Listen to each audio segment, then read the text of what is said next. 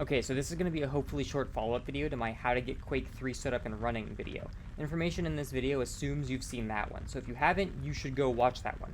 If you insist on not watching it, the TLDR is that once you get the game running, you'll join a Quake3Plus server, rebind your controls, set your name, and input the commands on screen right here that I'm putting on the screen right here. Okay, once you've done that, you're all up to speed. 3, 2, 1. So you're in a Quake3Plus server and now you're ready to play, but you notice your game doesn't look quite like other people's Quake3Plus games. This is because Quake3Plus has a lot of console commands that change how it looks, sounds, and feels to best suit your preferences. So I'm going to quickly go over what I think are some of the important commands you should know to increase the quality of life while playing. I've also put them in the description of the video below, so if you don't want to watch this video and you just want the console commands, you can go down there. So the first command you're going to want to do is cg_auto switch 0. This will make it so that when you pick up weapons off the ground, it doesn't automatically switch to them, and then you get yourself killed because you were forced to change weapons at a bad time. Next command is sensitivity. Default is at 5, but you can set to other numbers and see how your mouse feels. Here's how it is at 5, and then like, oh yeah, you know, 5's a little high, so when we're going to go to like 2, okay, that's a little bit better, but you can also use decimal numbers. So if like 2 is too low but 3 is too high, you can do like 2.5 and then go, oh, okay, yeah, I like that. So sensitivity is the next command. After that, we have cg_FOV. The default is set to 90, but I like to have mine set to about 100. I think it looks a little bit better than 90. Set that to whatever you want to set it to, whatever you feel comfortable with.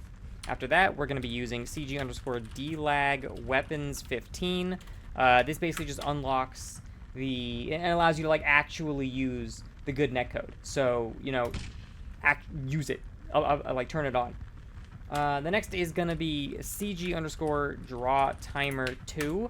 I prefer draw timer 2 to draw timer 1. Draw timer 1 makes the clock count backwards. Draw timer 2 makes it count forwards. If you look up at the top right, you can see it's at 17:42, 41, 40. It's gonna count down to 0, then the round ends.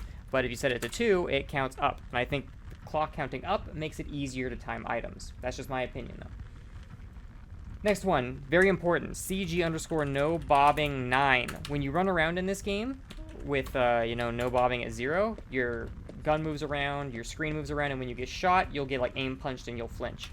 Setting it to no bobbing 9 makes it so that you don't get aim punched and you don't flinch. Your screen doesn't bob around when you move. This is going to make it a lot easier for you to aim, so you really want to turn no bobbing 9 on.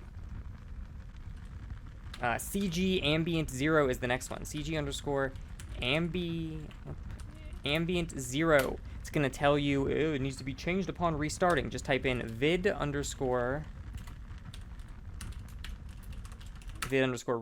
That'll reload it, and boom, now those noisy blood run torches have shut the fuck up, right? So ambient 0, I prefer it on because it allows me to hear opponents moving around a bit easier.